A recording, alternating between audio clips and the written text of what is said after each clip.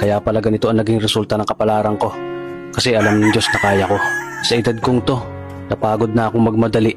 Kaya lahat ng ginagawa ko ngayon, ini-enjoy ko na lang. Siguro sa dami na rin ng aking pinagdaanan, napagtanto ko na ang buhay ay mas malawak at mas mahiwaga pa sa mga problemang dumarating sa buhay natin. Tumatanda na tayo, baka sa kakahabol natin sa masagana at maayos na buhay, ay hindi na natin nai-enjoy ang buhay. Baka nabubuhay na lang tayo dahil nape-pressure tayo sa sasabihin ng ibang tao.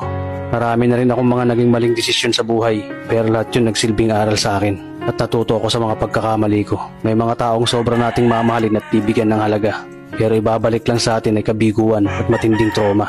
Kaya wag nating lilingunin ng mga taong tulad nila dahil mas payapa kapag hindi ka na interesadong malaman pa kung ano pang balita sa kanila. At wag mong idepende ang sarili mo sa kahit kanino.